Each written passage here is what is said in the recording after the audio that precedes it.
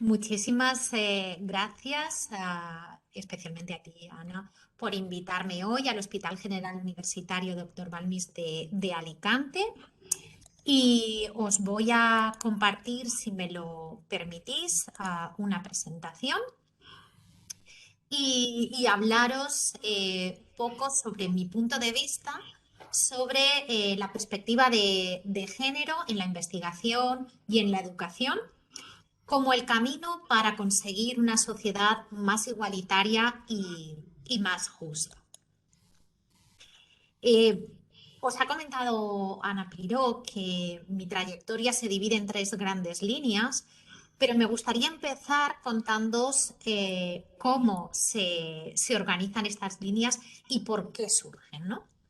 Yo formé parte de la primera promoción de Ingeniería Informática de la Universidad de Valencia, una de las pocas chicas que estudiaba ahí.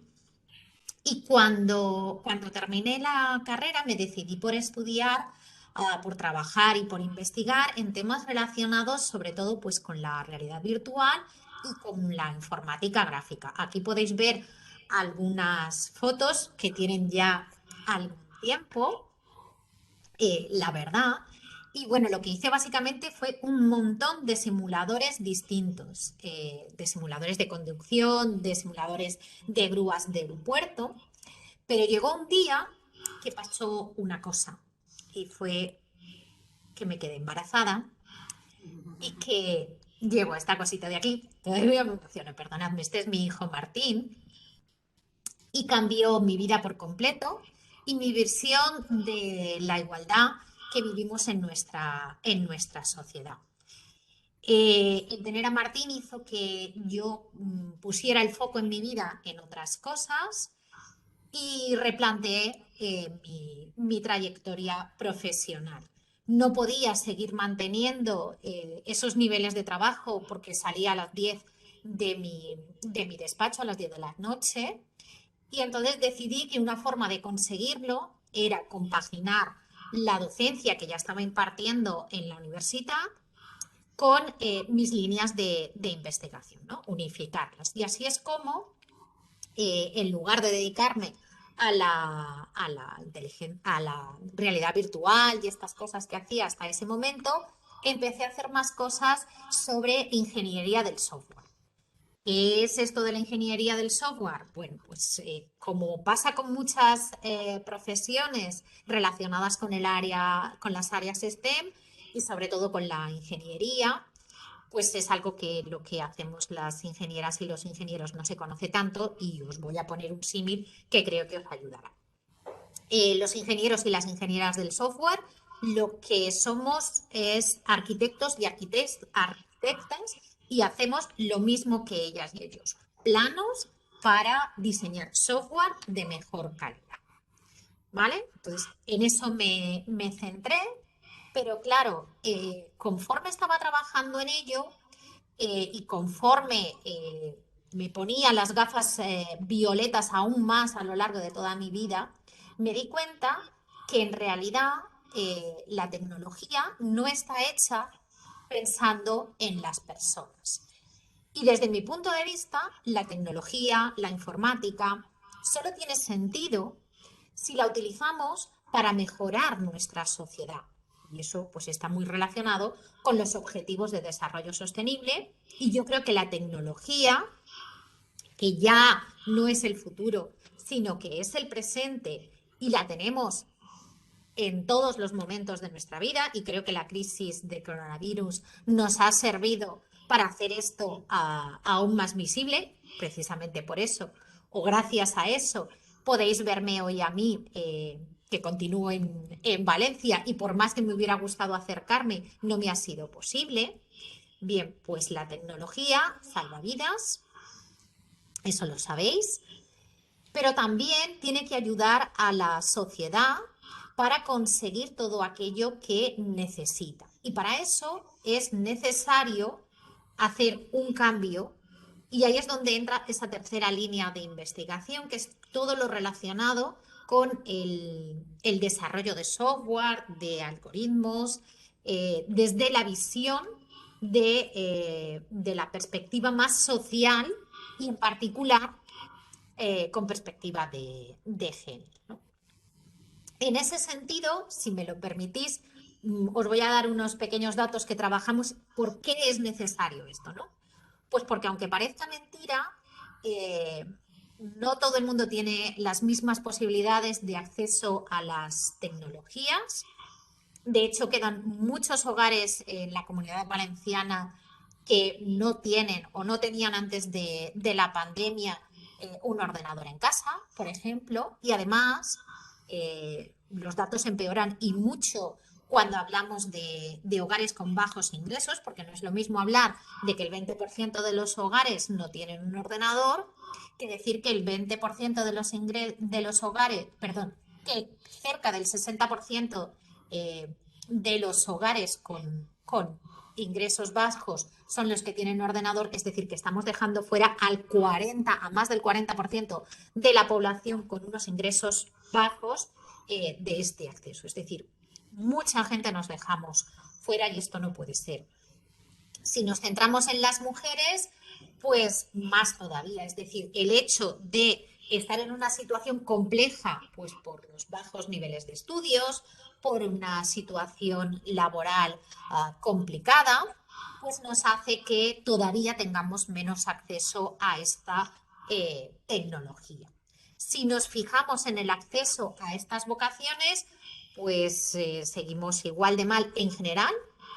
Si nos fijamos en el alumnado que entra en tecnología, es muy poquito, tanto chicos como chicas, no terminamos de convencer, a pesar de que hay mucho empleo en el sector. Y si ya nos fijamos en cuántas mujeres hay aquí dentro, pues vamos fatal, porque no llegamos al 30% de las mujeres en las que estamos en STEM, al 20% si nos fijamos en las ingenieras, y si nos fijamos en las ingenieras informáticas como yo, pues estamos en un 13%, es la cifra de última que tenemos, y lo peor es que este número se viene reduciendo desde los años 80 en los que éramos un 30% de mujeres, ¿no?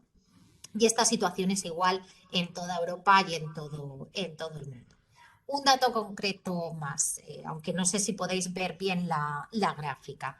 En el momento en que la situación se complica, como ha pasado con la pandemia, quienes sufrimos peores consecuencias somos las mujeres. En esta gráfica aparece el porcentaje de empresas que tienen contratadas mujeres del sector TIC en España y en la Comunidad Valenciana. En amarillo nos aparecen las empresas que no tienen contratadas absolutamente a ninguna mujer en el sector TIC, ¿de acuerdo? Si os fijáis, si los datos en 2019 eran malos, porque en la Comunidad Valenciana teníamos un 64,5% de empresas que no tenían a ninguna mujer, en España estaban un poquito mejor, con un 57,6%. Bueno, pues llegó la pandemia y ¿quiénes tuvimos que cuidar y dejar nuestro trabajo en un sector que no se vio afectado por la crisis? Pues las mujeres, porque resulta que las empresas que no contrataban mujeres pasaron a ser un 74% en la Comunidad Valenciana y un 68% en España. Y esto tiene consecuencias gravísimas. No, en medicina, yo creo que esta no os la cuento porque no he puesto transparencia, porque ya sé las consecuencias que hay en medicinas de que no hayan mujeres. Pero en las áreas más tecnológicas también hay consecuencias muy importantes cuando nosotras desaparecemos. Este ejemplo de aquí es de los sistemas de reconocimiento de voz. No reconocen bien o reconocen mucho peor la voz de las mujeres. Tanto es así que el primer sistema de reconocimiento de voz que se presentó al mundo, imaginaros Estados Unidos, presentación mundial, bien, pues hicieron que la presentadora de la gala, fuera la que probara el sistema de reconocimiento de voz. Y sí, efectivamente, lo que os estáis imaginando, falló estrepitosamente. ¿Por qué? Pues porque el equipo de desarrollo eran todo hombres y no se habían parado a pensar de probarlo con una mujer hasta ese.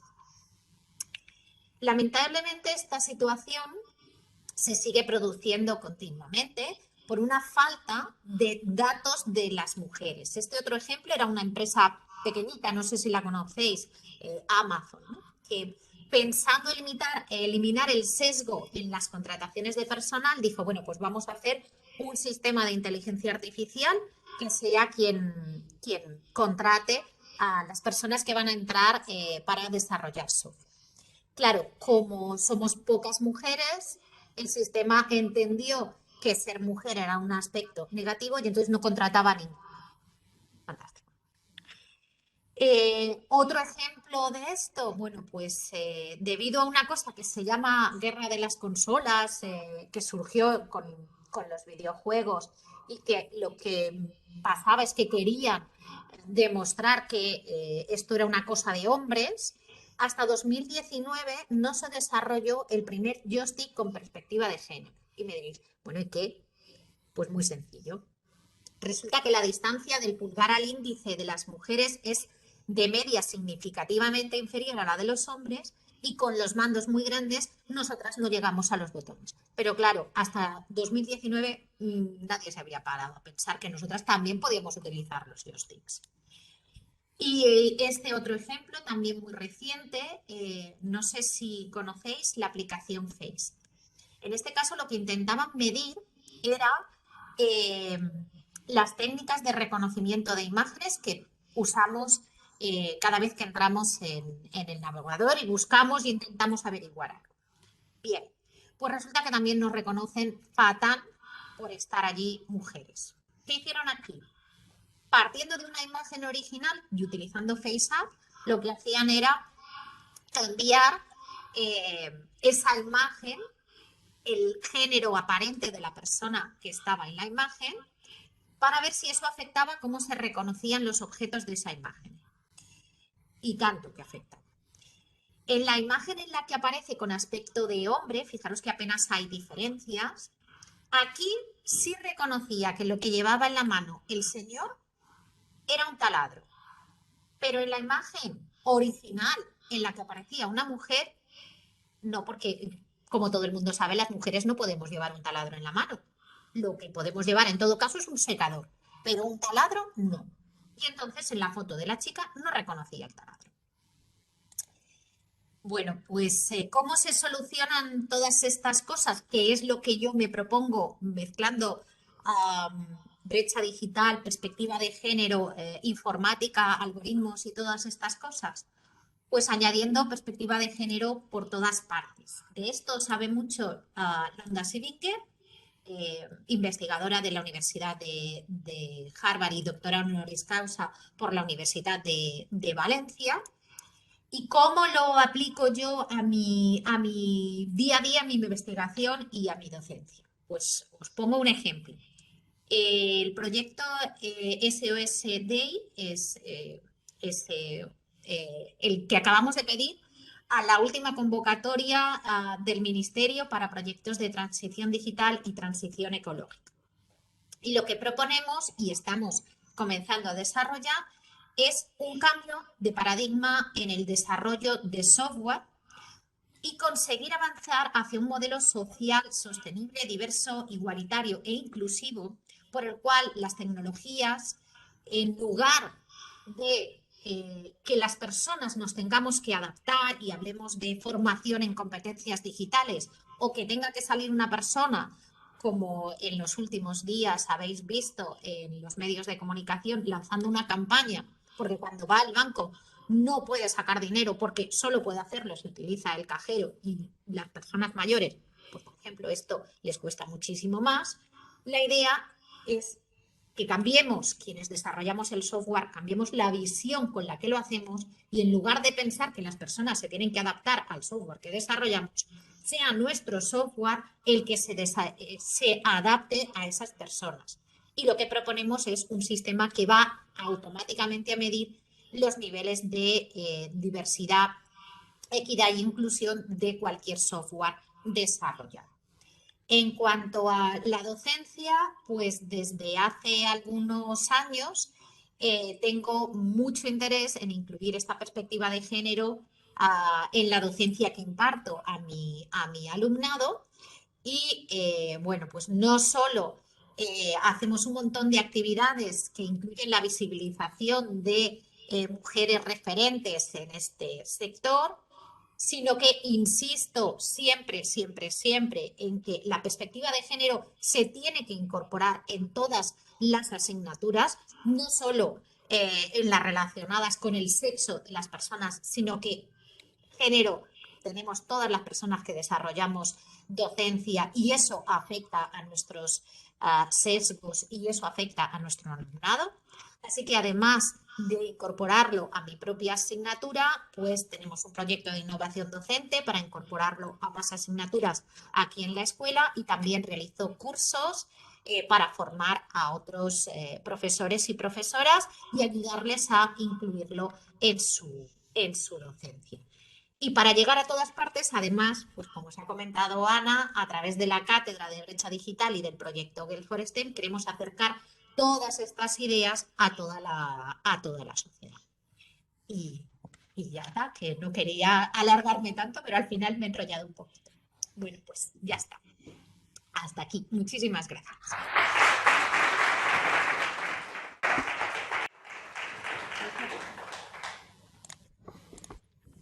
Muchas gracias, Silvia, doctora Rueda. Si queréis, abrimos ahora unas preguntas, si queréis unos minutos de pregunta para la ponente, siguiendo la línea de las mesas previas. ¿Alguna pregunta? Bueno, Silvia, yo me he quedado horrorizada, ya sé que mi sistema de voz no va a ser reconocido por Google, que Amazon no me va a contratar y además que solo se reconocerá mi cara si llevo un secador en la mano. No te voy a decir una pipeta. Por lo menos sé que me puede pasar y ya puedo encontrar la razón. Pero bueno, me llama mucho la atención todo el tema relacionado con las pocas vocaciones STEM y después de las personas que desarrollan estas carreras, la brecha de contratación Sí. entre hombres y mujeres. Hablar de que post-COVID el 74% de empresas no contrataban a estas profesionales por ser mujeres, creo que me asusta más que lo que he comentado antes. ¿Está revirtiéndose estos datos? Porque si hay pocas mujeres y además se les contrata 3 veces menos, ¿se están revirtiendo? ¿Hay estrategias para fomentar esta contratación? Pues a ver, hay mucho trabajo en esta línea. Lo primero es que, claro, somos pocas. Entonces es difícil que en una empresa se consigan llegar a datos de equilibrio, ¿de acuerdo? De tener un porcentaje significativo, al menos, pues no sé, un 20% de mujeres, ¿no? Llama mucho la atención que tengamos tantas empresas que no tienen contratada a ninguna mujer. La diferencia prepandemia y pospandemia es algo que queremos también analizar y estudiar, pero nos tememos más por otros estudios que tiene que ver con la necesidad de abandonar por tener que dedicarnos a los cuidados, porque durante la pandemia y sobre todo durante la fase más dura de la pandemia, las mujeres triplicamos las horas que dedicábamos al cuidado, ¿no?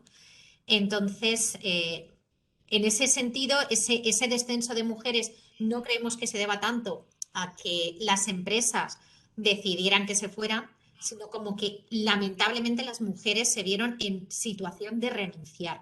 Y es algo que nos pasa mucho. Nosotras renunciamos muchísimo más a nuestra carrera, ¿no?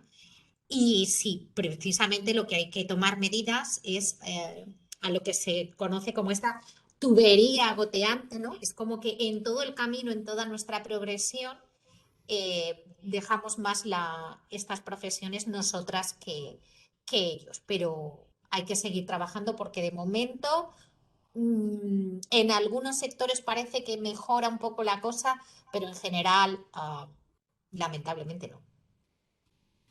¿Alguna pregunta? Solamente una breve, por si quieres contarnos. En tu experiencia de incluir la perspectiva de género en la docencia, ¿te importaría comentarnos cuál podría ser el reto más importante al que has tenido que enfrentarte o la satisfacción más grande que te ha dado esta iniciativa? Gracias. Pues a ver, es difícil intentar incorporar la perspectiva de género en unas aulas en las que tenemos muy poquitas chicas, ¿vale? Intentar concienciar tanto a los chicos como a las chicas que tenemos en clase de que el problema de que se desarrolle software que atienda a los problemas reales de la población muchas veces tiene que ver con esta falta de visión más colaborativa. Que no es que las mujeres seamos de una manera o los hombres de otra, es que nos educan de manera diferente. Entonces, pues tras siglos y siglos y siglos y siglos de educación en los cuidados a nosotras, pues al final se nos da mejor que vamos a hacer, ¿no? O sea, pero no es algo inherente a nosotras. Todos los estudios marcan que los equipos de trabajo diversos hacen que las empresas obtengan mayores beneficios, tanto económicos como en resultados ya más de impacto, de usabilidad, de calidad y demás.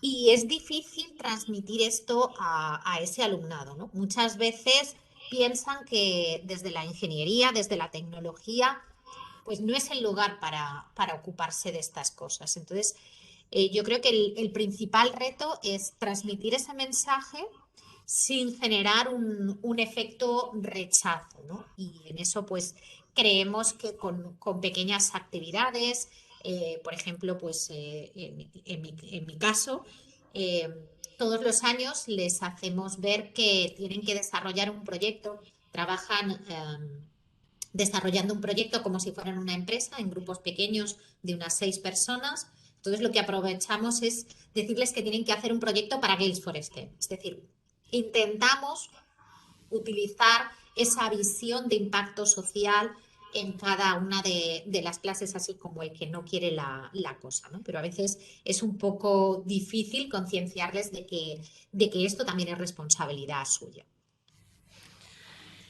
Muy bien, muchas gracias. No hay más comentarios, vamos ya a los trabajos.